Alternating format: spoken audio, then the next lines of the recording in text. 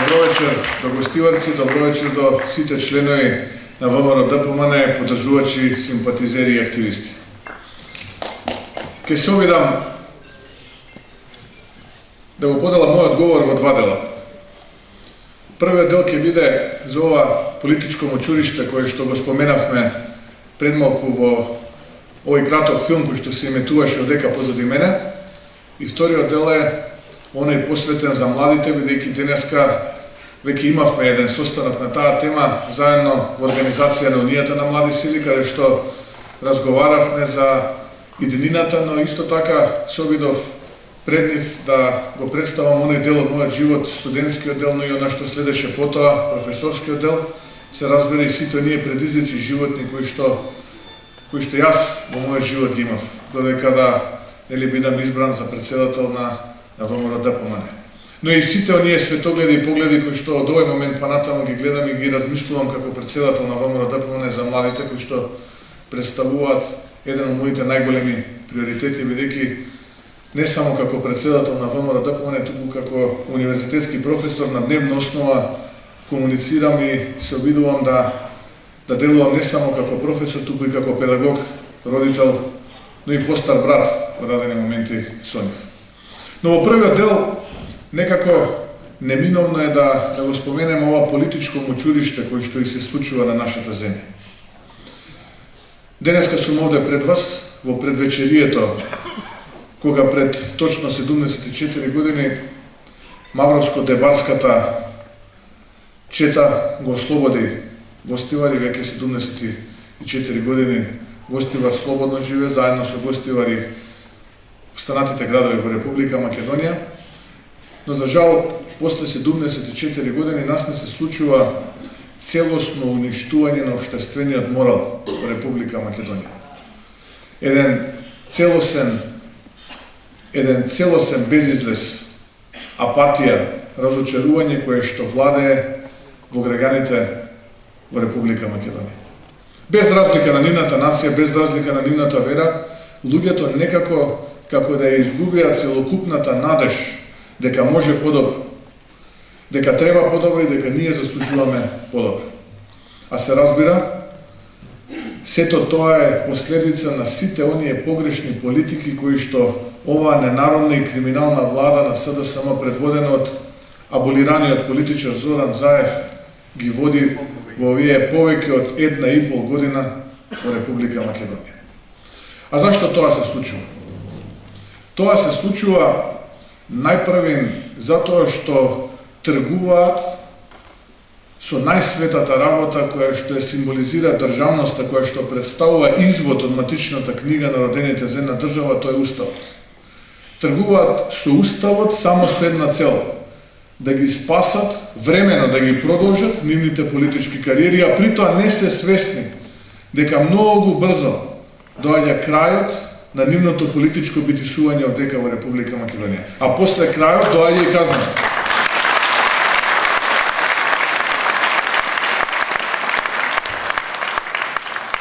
А казната ќе дојде за сето она што и го направија на Република Македонија, за сето она понижување, за сето она засрамување, за сето она плячкосување и навредување што и го направија додека беа власт во Република Македонија.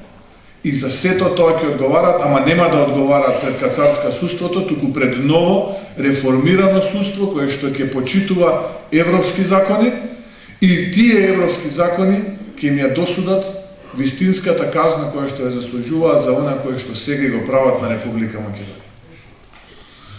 Ја користам оваа прилика одека пред вас, гостиварци, да им порачам дека и покрај целокупниот политички терор, и покрај сите притисоци, закани и уцени, кои што ми ги упатуваат мене, и кои што ми ги упатуваа изминативе неколку месеци, на мене и на моето семејство, и покрај сите оние злодела кои што ги прават, а гледам дека имаат намери да продолжат да ги прават и врз нивната татковина, но и врз ВМРО ДПМН.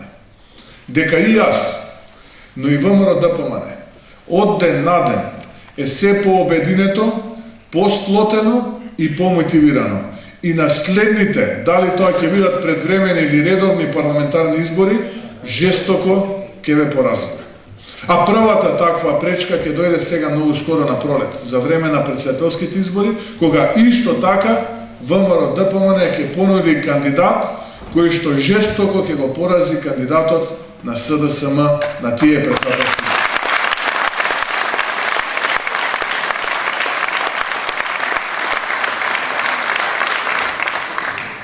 Ова политичко мочуриште кое што ни го приредија е резултат на нивната забеганост.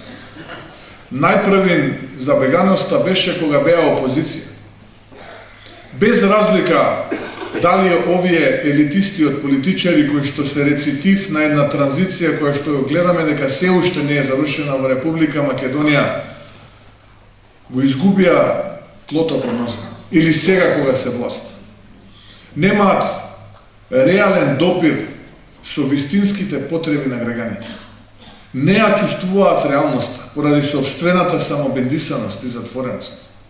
И како резултат на сето тоа, излегува пред граѓаните најпрви, малтретирајќи ги по улиците во Република Македонија, неколку години пред да се случат предвремените парламентарни избори во 2016, а потоа и за време на кампањата на тие предвремени парламентарни избори во декември месец 2016, кога како резултат на овој безконтакт со реалноста понудија програма и ветувања кои што ги именуваа во тоа време како живот.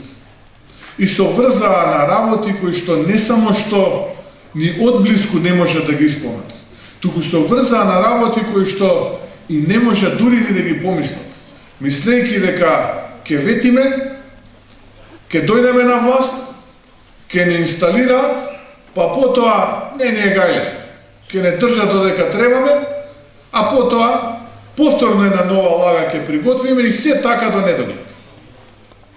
Па во име на тоа ги подкрена очекувањата кај граѓаните ветувајќи 500 евра просечна плата, некој го спомена тоа денеска. Ветуваа 100.000 денари просечна плата за докторите. Ветуваа за гарантиран откуп за земјоделците на нивните земјоделски производи, на нивниот труд, на нивната мака. Ветуваа општество за сите. Ветуваа реформиран судски систем. Ветуваа раст на бруто домашниот производ, се извинувам, од 5%. Ветуваа зголемување на директните странски инвестиции, но и заживување на домашните. Ветуваа дека ќе ги вратат сите оние кои што наводно иселени од Македонија поради разочараноста од претходните влади. И што ли уште не ветуваа нови болници, градинки, училишта, автопатишта, 500 километри автопат. А што реализира? Едно празно нула. И не само што не реализира, туку денеска ги гледам на пресконференција во владата, повторно ги подкреваат очекувањата кај луѓето со буџетот од 2019 година. Овие 2 години се небитни, не е важно што направивме во 17-та, не е важно што направивме во оваа 18-та, која што полека изминува, ќе видите сега во 2019-та ќе ни тргне, ама ако не ни тргнало во 2019-та, во 2020-та со сигурност ќе ни тргне.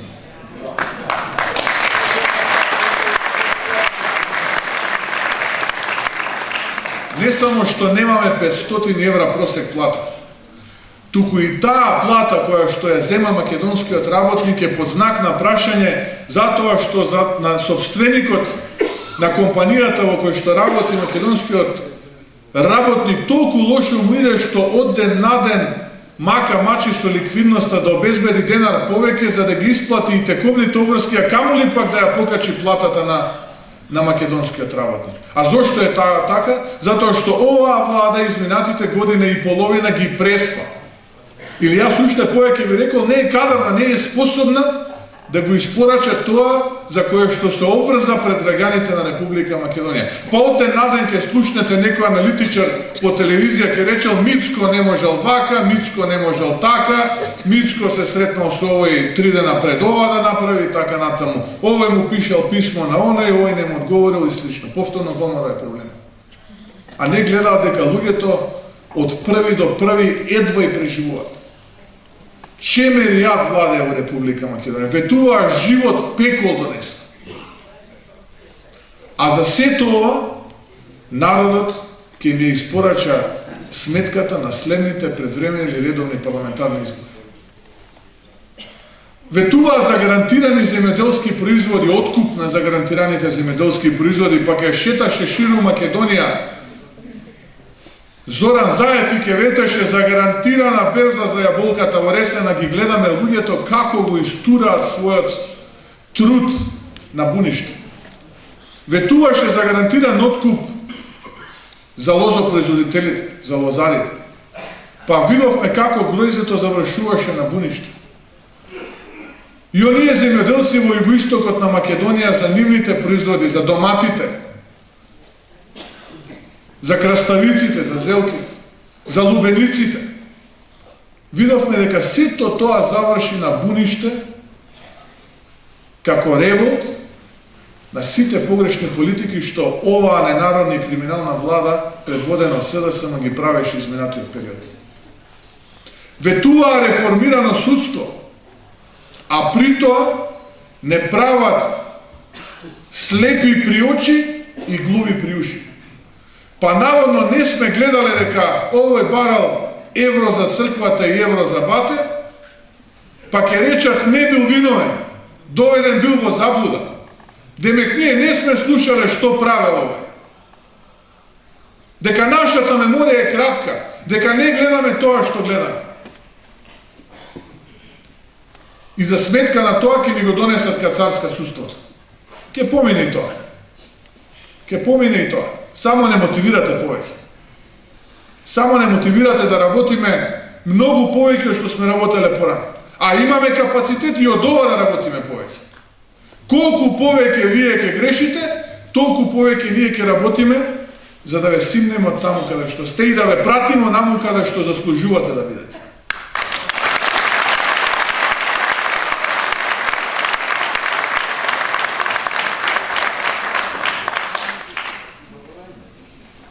Ке ветат и ке ветуваат 5% раст на бруто домашниот производ. Минатата година не бевме ни статистичка грешка со 0,2%. Ајде ке речат не бевме цела 2017, овие ВМРО-вци ја веле криви лошо воделе претходните 6 месеци, 5, па ние кога дојдовме не знаевме од каде да се фатиме. Еве оваа година каде се 5%? Исто така се сеќава минатата година, исто тоа време, истите луѓе, истите актери во ова реално шоу излегува и ветува не можеле 5, но 3,2% сигурно ќе остварат. Па потоа следеа во текот на годината интервјуа на премиерот, на вице-премиерот заложен за економски прашања, на министерот за финансии и ги прашуваа новинарите, луѓе, првиот квартал ви е 0, слаб ви е, дали ќе направите до крај на година што? Да, сигурно ќе направите. 100% ќе направите. И така некаде до оваа есен, кога дојде на ред ребалансот на буџетот, па самите викаат нема 3,2, но 2,8, тука веќе нема да направиме утка. Иако повторно сите релевантни институции, вклучително и Народната банка, им викаат 2,3 ако направите, треба да сте среќни. Не, они повторно тврдоглави, самопендисани, отсутни од реалноста. Ке направиме, ке видите. А јас ке речам и 2 ако биде на крајот на годината, треба да сме пресни. Но проблемот е кој ќе сноси одговорност за се тоа. Кој е тој кој што ќе ја плати сметката за сите овие промаршувања? Бидејќи не е ова нечија прчија, па што сака да прави овдека? Мора да се имплементира институтот одговорност кај политичарите. Доста е од овие политичари кои што ни го заматија ова политичко мочуриште. И кога ќе го прашате премиерот, зошто некои од твоите соработници не понесе одговорност, тој ќе ви рече, па немам со кого да работам. Па зарем ние 2 милиона граѓани треба да бидеме заложници на твојот изговор дека ти нема со кого да работиш, дека не си кадарен да составиш тим кој што ќе може твоите ветувања да ги реализира? Ако е така, заминете сите. Оставете на луѓето што се кадарни и што ги бива во оваа држава. Има такви. Верувајте дека има такви луѓе. Па сега ќе ви ветат, овие 2 години се небитни, но оваа следната 3,2 100% ќе ги реализираме. И ќе го прашаат премиерот, а овие 5 каде се? Е тоа во 2020-та, тогаш. А замислете на цел свет, на цела Европа, брилијантно им одеше во 70-та и 80-та. Не да е Боже да им тргне надоле во 19-та. Ке се радуваме и на нулата тогаш. Тогаш што ќе уведуваат? Па овие ВМРО-вци се виновни. Од опозиција 3-та година они се виновните тие кои што тоа го направи. Не. Толку ги бива. Толку знаат. Немаат ниту идеја, ниту знаат како тоа да го прават. Ке ветат гаранција за младите. Нити гаранција, нити младенска гаранција, нити било каква гаранција видовме. Видовме еден пилот проект на кој што предпоставувам само децата на овие од врхушката на власт се израдуваа преку стипендии, па да може да си дозволат да се школуваат на реномирани универзитети по Европа, затоа што тоа е привилегија за нив, одбраните. Ние не сме во тој круг. Но и на овие универзитети каде што учиме сме многу подобри од нив и знаеме како треба да го направиме тоа. Бидејќи ја предавам на тој универзитет и знам што ги учам моите студенти. Пред се да бидат принципиелни, да бидат честни и да бидат искрени. Да веруваат во себе затоа што само така ќе може да успеат во животот и да дојдат до реализација на нивната крајна цел.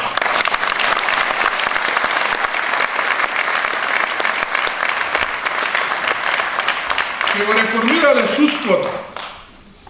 Како може човек со проблематично и дискутабилно криминално минато да го реформира судството? Како може човекот кој што се бркнал со целата рака во медо да го реформира судството? Возможно ли е тоа? Му се верувале на некој во оваа држава дека тоа е возможно? Па човекот беше аболиран за сомне за сторен криминал од 8 милиони евра. Зарем некој човек може да поверува дека он може тоа да го направи? Еве, јас ќе ви дадам одговор. Не.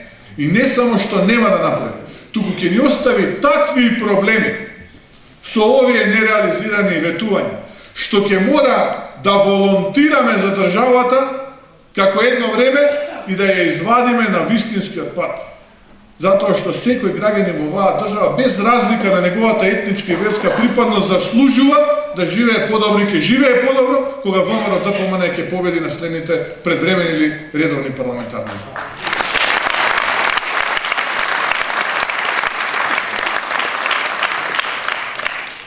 Сакам да не должам повеќе за ова политичко училиште. Сакам малку да зборувам за младите, бидејќи сепак денеска е меѓународниот ден на студентите. Сакам да зборувам за луѓето кои што се повеќе ја напуштаат нивната родна татковина. За луѓето кои што се разочарани од тоа што се случува. И со тоа не ќе да се амнестирам нити себе си, нити ВМРО-ДПМН. Но сакам да кажам дека од грешките паметните луѓе влечат поука, се коригираат и носат правилни одлуки во иднина, а не ги продлабочуваат. Да, грешевме некогаш, признам, излековме поука и ја подготвуваме во завршна фаза е најобедната со проекти, не со страници, од аспект на квалитет, не на квантитет, програма која што ќе донесе вистински решенија и одговори на сите реални проблеми на граѓаните, вклучително и на тие на младите. Зошто ова го зборувам? Секогаш емотивно се чувствувам празен после секоја дипломска на некој студент кој су му ментори, кога на крајот од дипломската ќе ми каже: професоре, ќе аплицирам во Германија. Чекај, зашто во Германија? Остани тука, еве, има странски инвестиции, има можности. Не, ќе си одам во Германија. Па друг ќе ми каже, одвај чекам да завршам, професоре, ќе одам на work and travel, па кога ќе се вратам, најверојатно во Холандија имам отворена работа. Трета ќе ми каже, ќе одам во Словачка во производниот погон на Volkswagen. А се сеќавате, се разбира, на една инвестиција од 90-тите, кога истите овие беа на власт на она фамозна најава дека Уди ќе отвара фабрика во Македонија. Тогаш Словачка уште не знаеше што е Уди. Знаете како заврши сето тоа, не треба да ја подсетам. Ако направите анализа и ако сериозно му придете на проблемот, зошто младите луѓе, зошто квалификуваните кадарни млади луѓе напуштаат оваа земја и оставаат тажни родители, баби, дедовци, доаѓате до одговор кој што најчесто можете да го сретнете. А тоа е поради екзистенцијални причини. Се разбира, младиот човек по природа е пркосен, бунтовен и сака да патува, мобилноста му е исто така значајна. Сака нетворк, сака мрежа да прави во животот. Но пред се тоа го правото од екзистенцијални причини. И ако вие го знаете проблемот, разумно и честно е, и честито е да побарате лекот за проблемот. Така што, кога ја правевме програмата на ВМРО ДПМН и се подготвувавме за предвремени парламентарни избори, кои што, за жал, нашите браки и сестри не ги скратија, но ќе дојдат. И тие ќе дојдат многу скоро. И тие предвремени, и редовните, и председателските, и ќе ги победиме и тогаш. Но важно е дека направивме едно дело и еден проект кој што беше мултидисциплинарен и опфаќаше повеќе области, и економија, и образование, и даваше одговор за младите. И денеска го зборував тоа, но еве, сакам овдека пред гостиварци, истиот тој проект да го представам. Ако е проблемот екзистенцијален, вие треба да креирате повеќе работни места. Но не е само проблемот екзистенцијален, туку дали е таа достоинствена екзистенција. Јас, мојот живот, професионален по завршувањето на студиите, како студент на мојата генерација, го започнав со метлата во рака, во еден салон за возила. И тогаш си реков, дали ова тоа што треба најдобриот студент на електротехнички факултет да го прави во неговиот живот, да мете одека пред овој салон за возила. Се разочарав. Замина во странство, на постдипломски студии, па се вратив назад, па повторно се вработив во една друга фирма, таму повторно ми ја дадва метлата, ама тогаш монтиравме сплит системи. Но верував во себе, не ја губев вербата, знаев кон што сакам да одам и како да дојдам до тоа. Ја имав дефинирано својата животна методологија. Не беше лесно, тешко беше. На крај дојдов и до директор во таа компанија, а потоа и до редовен универзитетски професор и сега е председател на најголемата и најорганизираната политичка сила во Републиката.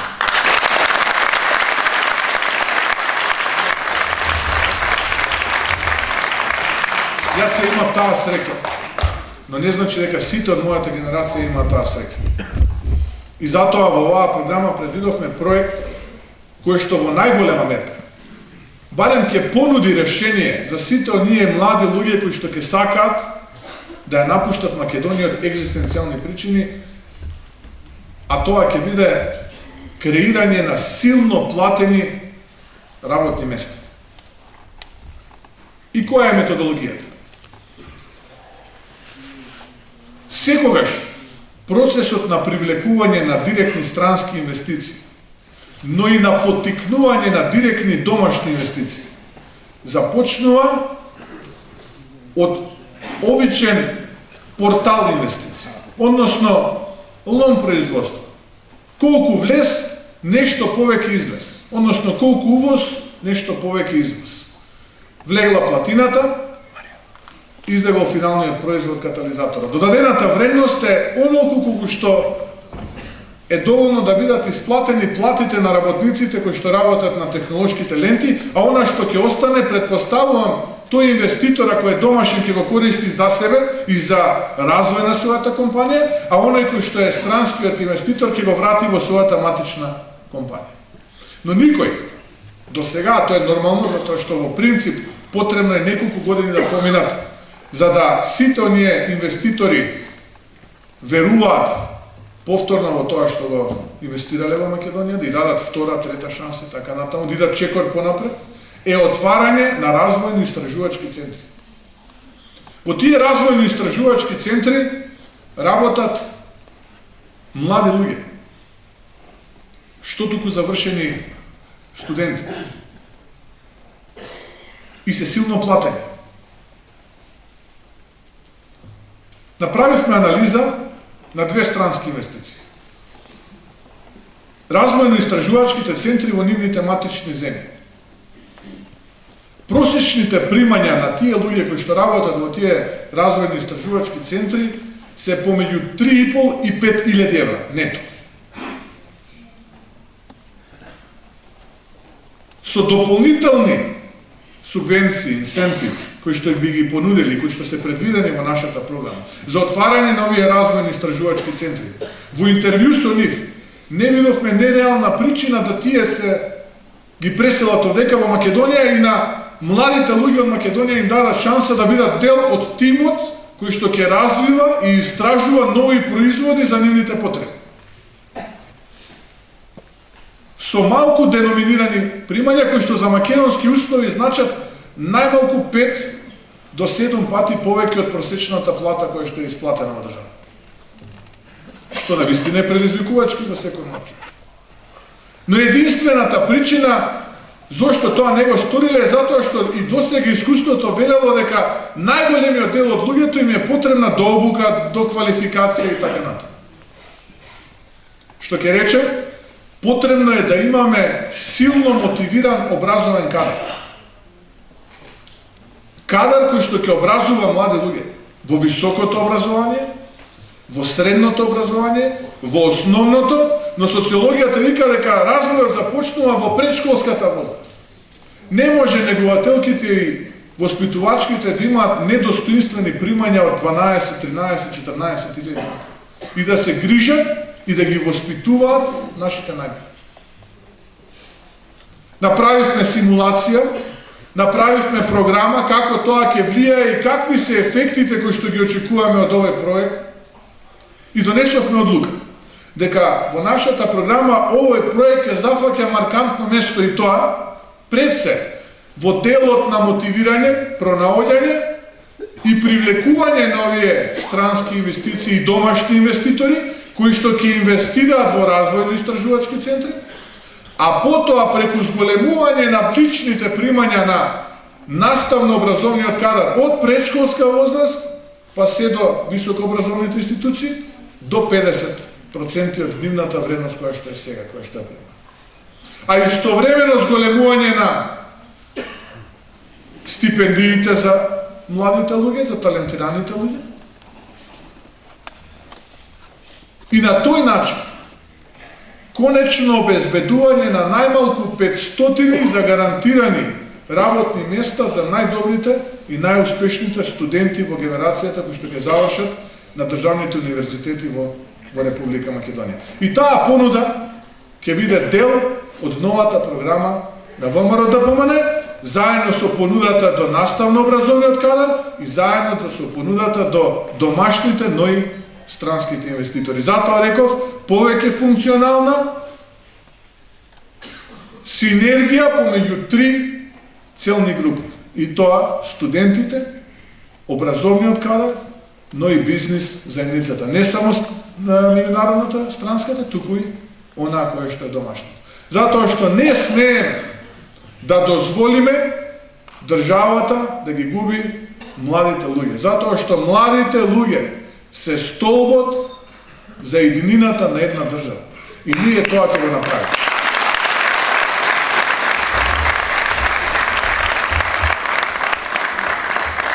Ви ветувам дека еден од следните мои обраќања дека во Гостивар ќе биде токму презентација од овие мерки кои што ги предвидовме во таа програма која што планираме да ја представиме пред македонската јавност многу скоро, со одредени проекти, а пред предвремени или редовни парламентарни избори целосно. Ќе ги презентираме сите ефекти од сето ова, бидејќи тогаш ќе бидеме влади, и тогаш нема да збориме со честицата ке, него ќе збориме со потврдна форма. Затоа што јас ги разбирам моите сограѓани. Зошто секогаш гледаат со недоверба на политичарите, затоа што безброј пати до сега биле прелажани. Безброј пати. Било ветувано, не били исполнети тие ветувања. Иако ВМРО ДПМН секогаш во минатото се трудило тоа што ќе го вети да го реализира. Но ова политичко мочуриште мора да испари. Мора да испари со ова генерација политичари кои што ја водат владата на СДСМ. Ние мораме да создадеме политичка опција која што ќе понуди нови, креативни, иновативни решенија за сите реални проблеми на нашите граѓани кои што ги тиштат. Тоа е еднината на нашите граѓани. Да не влегуваме во овој театар, во ова реално шоу кој што ни го приредува оваа ненародна и криминална власт предводена од овој аболиран политичар. Да се обидеме да го игнорираме, тоа е најголемата казна која што ја заслужуваат. Да не подклекнеме на сите оние лажни вести, на сите оние обиди за манипулација на онаа група армадила луѓе која што скапо платена со жолтици сака да ни представи розова иднина. Сака да ни представи пристојна сегашност. А всушност поразот сака да ни го представи како триумф. Лошото да ни го прикаже како добро. Тоа зависи од нас. Мораме самите да веруваме во себе дека можеме тоа да го направиме. Мора да веруваме дека самите ќе се промениме за да ја промениме нашата иднина и иднината на нашите најмили. И иднината на нашата држава. Јас сум подготвен да работам двојно повеќе од она што треба да го работам. Мотивиран сум. Колку повеќе ме притискаат кај мене, тоа е обратно пропорционално. Мотивираноста расте се повеќе. Да дојдеме до целта, затоа што ова е таа историска можност за оваа генерација луѓе. Не само во ВМРО ДПМН. За сите добронамерни граѓани кои што сакаат да застанат на патот на оваа ненародна самобендисана криминална власт. Сите тие се добре дојдени да застанат до нас. Сите тие ги имаат отворено вратите. Нека влезат, нека ни се придружат. Нема да биде краток овој пат. И нема да биде едноставен. Но колку е потежок, толку победата ќе биде посладка.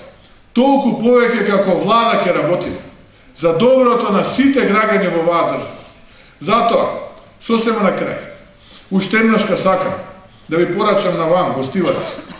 Никако не смееме да изгубиме вербата во ВМРО ДПМН и во Македонија. И што е најважно,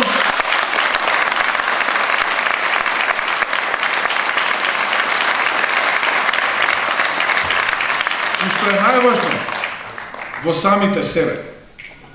А вие, од УМС, млади наши сопартици, колеги, од Унијата на млади сили, верувајте во себе.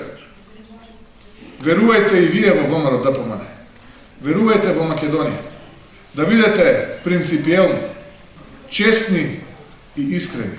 Само така заеднички ќе успееме и ќе дојдеме до крајната цел. Само образот и достоинството никој не може да ви го земе.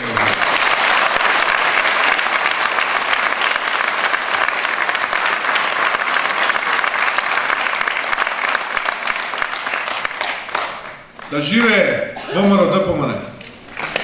Да живее Македонија. Да сте ви здрави и живи сите. Благодарам.